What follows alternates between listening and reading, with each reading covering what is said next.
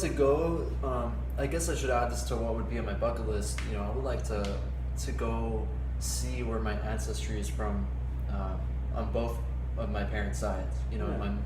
My mom is Cuban. Oh. She was born in Cuba, and now we can go to Cuba much easier than before. Yeah. And I would, that's a very easily attainable. That's an easy goal right there, but I feel that would help me understand my roots better, and also on my dad's side he has Hungarian and French roots, and if you going back to my mom, her roots go all the way back to Lebanon and Israel. Okay. So I feel like I want to visit all these places. Yeah. I want to really get a good idea of the culture. I mean, it's my DNA. Absolutely, that's an interesting, a very unique combination in that sense. Where your mom's Cuban, your dad's Hungarian and French. Yeah. Now there's a little bit more mix in there. There is some Native American. I believe Cherokee. He says, but everyone says they're Cherokee. And do they? A lot of people say they're Cherokee, and it could be true. But yeah. Wouldn't need to go anywhere for that, or anywhere out of the U.S. But yeah, so basically, I would have to go to France, Hungary, Lebanon, Israel, and Cuba. And I would probably cover the bases. But yeah, I think those would be the first places out of the country. I think. I want to travel the whole world, regardless. Yeah. It'll happen. Gotta happen. Yeah. Gotta happen.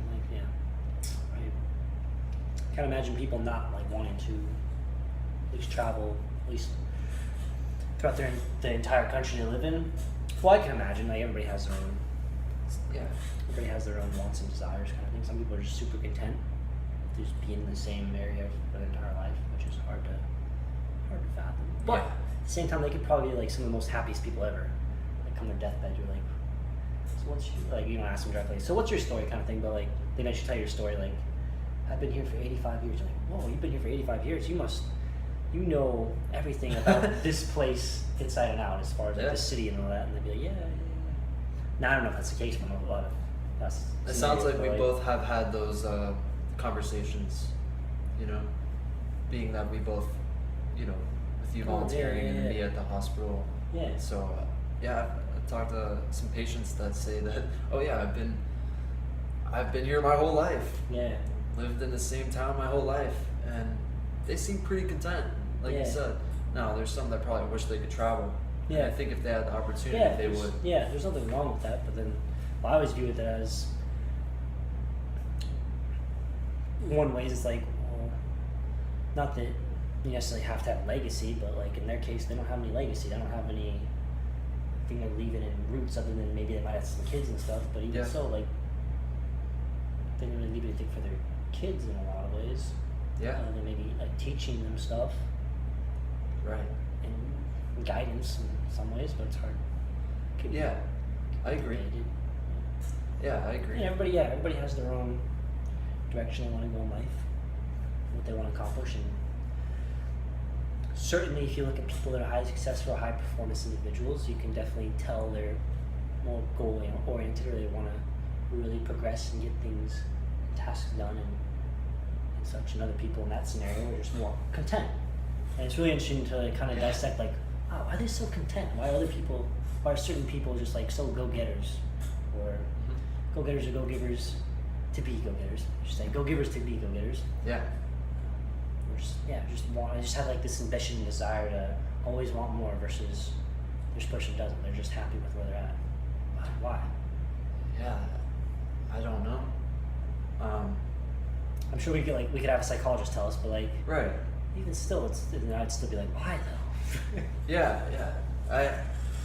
I used to be more on the content, side of things, but What changed it? I think just working. Yeah. Working. Seeing the pattern of each job, seeing that each job is kind of the same, and it's own respect, you know, because at the end of the day, you're still, you know, you're doing something for boss, or you're under someone.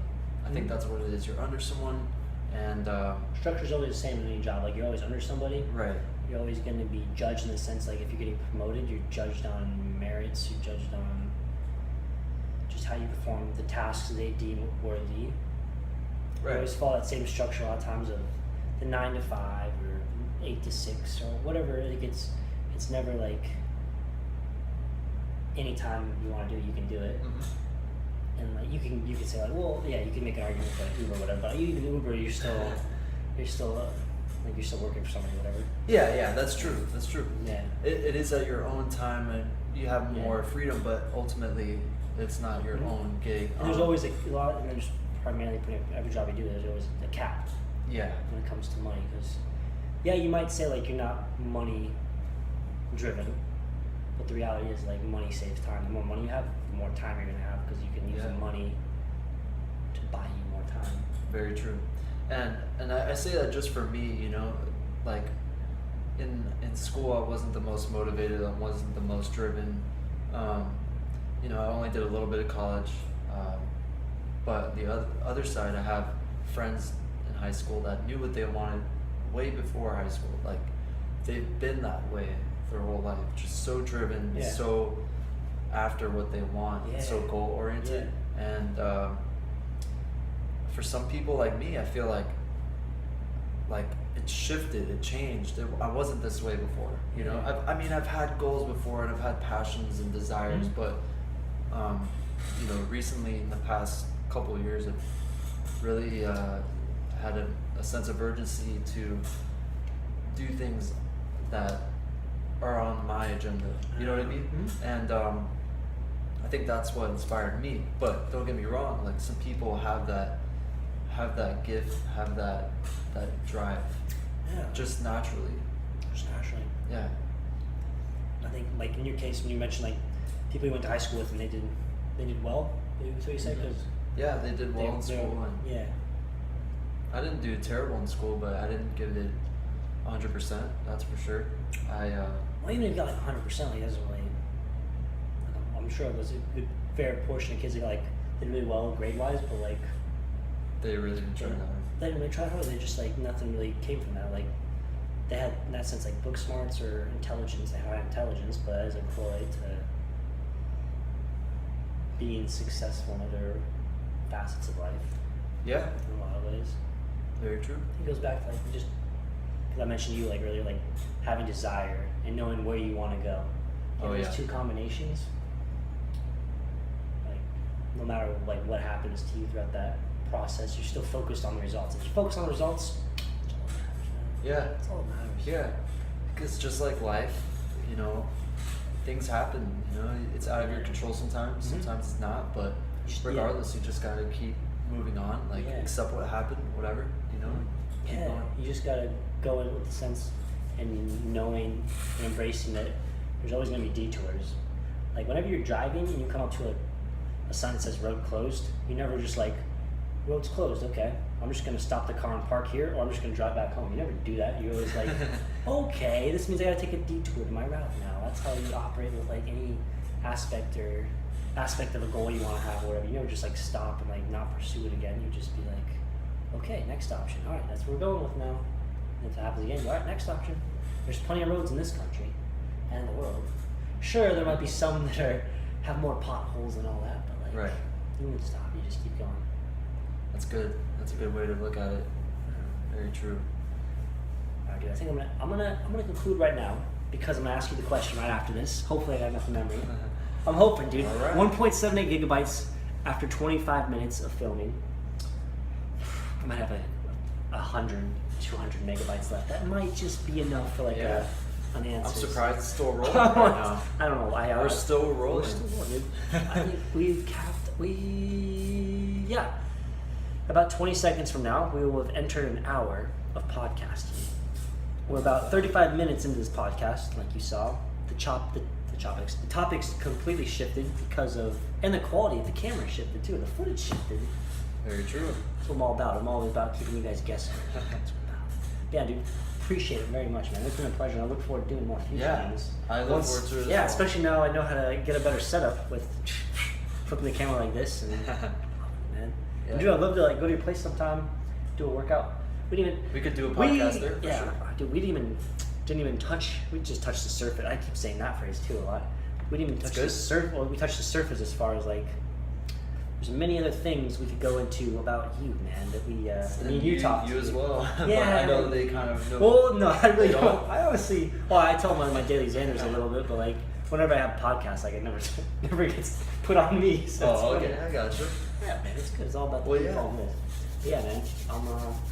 That was fun. I really enjoyed it. Yeah, I enjoyed it. Yeah. Again, I'm just very grateful and appreciative anytime anybody willing to give their time to this. I always enjoy it very much. So Yeah, it's thank you very much, definitely Mr. Robbie. Definitely been a pleasure. Yeah. Rising Nation, look for. Oh, before I go on, I gotta conclude with I gotta say plurp. So whenever I do end of my DailyXanders, I always say catchphrase, which is plurp. So plurp it up. So plurp. I don't know if you're kind of familiar with like music festivals. They go with peace, love, unity, respect. And now I add a fifth element, which is passion. So I always sign off like, all right, Z Nation, I will catch you in the next installment. As always, peace, love, unity, respect, and passion. Catch you next installment. Podcast. Peace.